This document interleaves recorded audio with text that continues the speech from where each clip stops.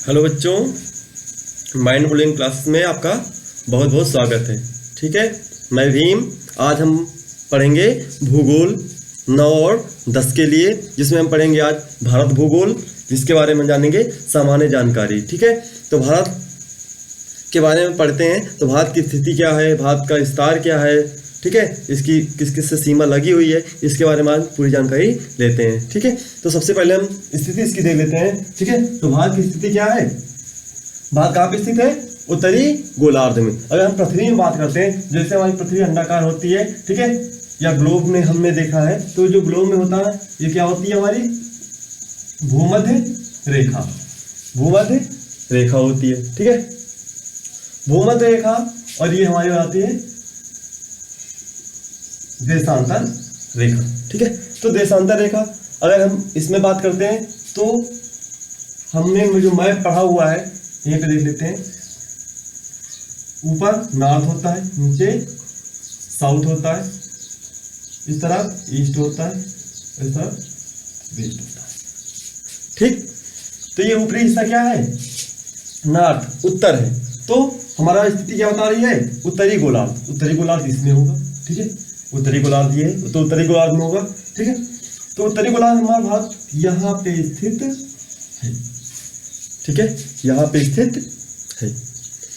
इसके बाद जो इसका विस्तार देखते हैं। ठीक है, इसकी स्थिति कैसी होगी, जो अक्षांशीय विस्तार है ये 8 डिग्री 4 मिनट से 37 डिग्री 6 मिनट उत्तरी अक्षांश में स्थित है। ठीक है, तो ये होती है जीरो, इसे जीरो रेखा भी बोलते हैं, भूमध्य रेखा भी बोलते हैं, विषुवत रेखा भी बोलते हैं। तो 8 होगा तो ऊपर की ओर जाएगा, तो ये यहाँ से लेके यहाँ तक 8 डिग्री 4 मिनट से लेके 37 डिग्री 6 मिनट तक उत्तरी अक्षांश में स्थित है। ठीक है, इसके बाद हम देशांतरी विस्तार की बात करते हैं।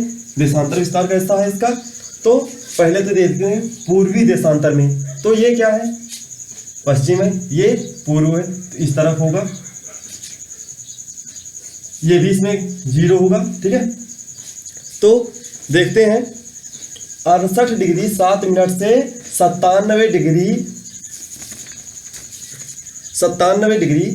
25 मिनट पूर्वी देशांतर में होता है। ठीक है, तो जीरो से बढ़ेंगे तो यहाँ पे हो जाएगा 68 और यहाँ पे हो जाएगा हमारा 97 डिग्री 25 मिनट। ठीक है, ये हो जाता है। तो ये हमारा हो गया अक्षांशीय और देशांतर विस्तार। ठीक है, तो यहाँ पे इसकी स्थिति पता चल जाती है हमें।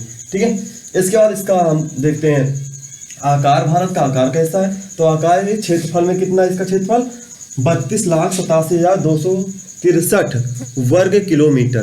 कितना है, 32,87,263 वर्ग किलोमीटर है। इस जो विश्व का क्षेत्रफल का कितना परसेंट है, 2.4% है, 2.4% है। ठीक है, जो इसकी स्थलीय सीमा है 15,200 किलोमीटर है। ठीक है, जो तटीय सीमा है अंडमान निकोबार लक्षद्वीप को मिला के टोटल 7,516.6 किलोमीटर है। ठीक, 6 किलोमीटर है। इसके बाद अगर इसी में विस्तार पढ़ते हैं, ठीक है, तो जो हमारा भारत होगा वो इसी में है। एक आता है हमारा, इसका विस्तार देख लेते हैं कितना विस्तार है। तो जो हमारा उत्तर से दक्षिण विस्तार है, ठीक है, उत्तर से दक्षिण का विस्तार ये कितना है, 3,214 किलोमीटर है। ठीक है, 3,214 किलोमीटर है। ठीक है, इसी प्रकार अगर हम पूर्व से पश्चिम की बात करें, तो पूर्व ये है, पूर्व से पश्चिम की इसकी लंबाई 2,933 किलोमीटर है, 2,933 किलोमीटर है। ठीक है, ये कौन सी थी, नॉर्थ टू साउथ, और ये थी ईस्ट टू वेस्ट। ठीक है, नॉर्थ से साउथ 3,214 किलोमीटर और पूर्व से पश्चिम की ओर 2,933 किलोमीटर है। ठीक है, इसी में हमारी अगला पॉइंट आता है, जो हम अपना समय मापते हैं। ठीक है, तो जो समय मापते हैं हम कहाँ पे मापते हैं, तो जो हमारा समय होता है 82 डिग्री 30 मिनट, 82 डिग्री 30 मिनट याम्योत्तर देशांतर रेखा, जो भारत के देशांतर रेखा ये है, ठीक है, देशांतर रेखा ये गुजरती है इसी से, ठीक है, इसी को हम मानते हैं याम्योत्तर मानक समय, जो कि ग्रीनविच टाइम से 5.5 घंटे आगे है, 5.5 घंटे आगे है, ठीक है, 5.5 घंटे आगे है, ठीक है।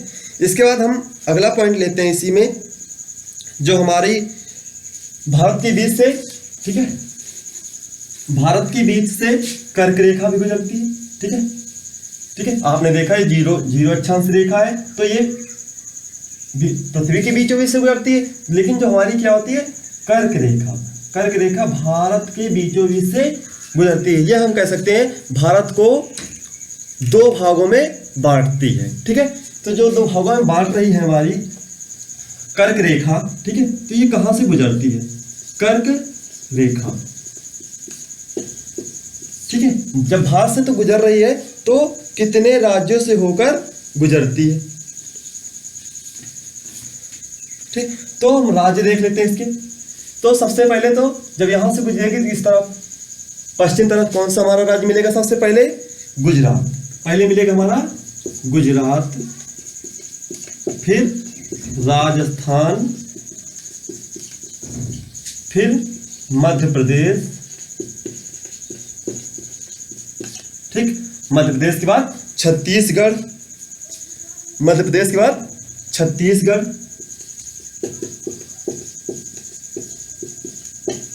छत्तीसगढ़ के बाद झारखंड,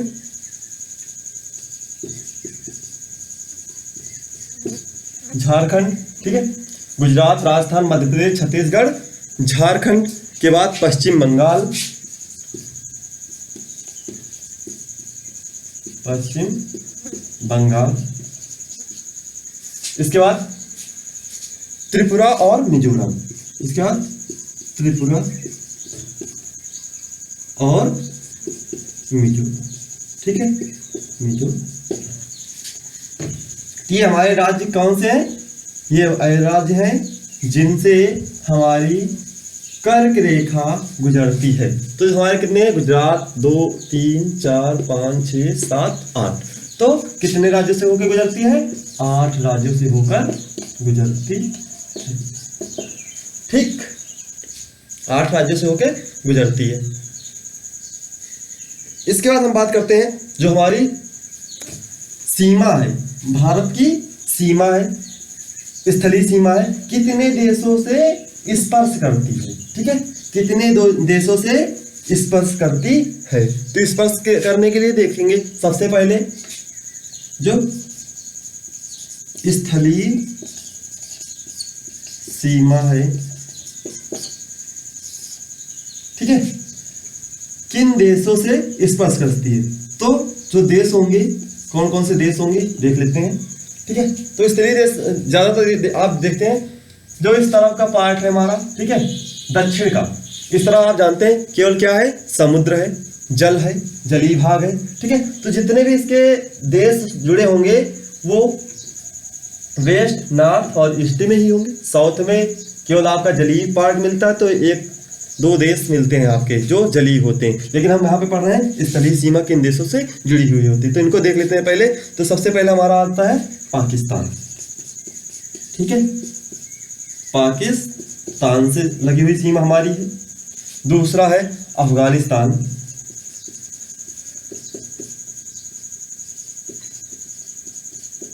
तीसरा है चीन, नेपाल, भूटान, बांग्लादेश,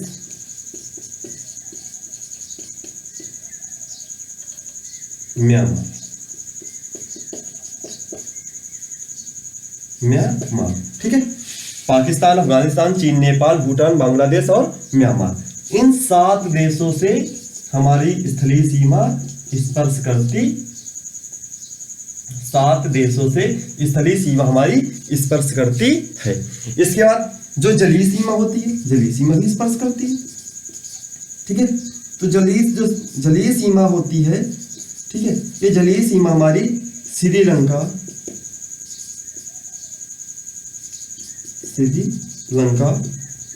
मालदीव, ठीक है, और ये कह सकते हैं इंडोनेशिया,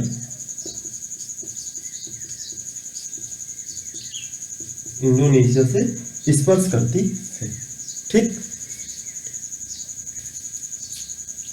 ये रहे ऐसे देश। ठीक है, तो ये इन देशों को जान चुके। ठीक है, 7 ये हुए, इनमें और हैं बाकी, लेकिन इसमें मिक्स, जैसे पाकिस्तान भी दोनों सीमा से, इसकी जलीय सीमा से भी मिलता है और स्थलीय सीमा से मिलता है। ठीक है, तो इस एक तरफ से जलीय सीमा से देख लेते हैं। ठीक है, तो जलीय सीमा ये हो गई आपकी। इसके बाद हम पढ़ते हैं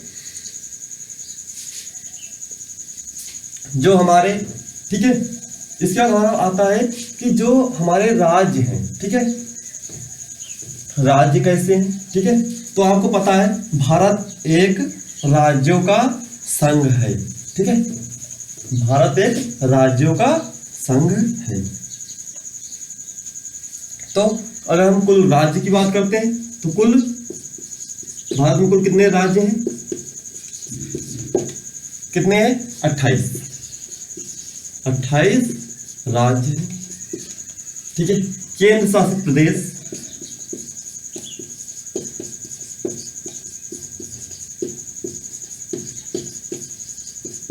केंद्र शासित प्रदेश 9 है।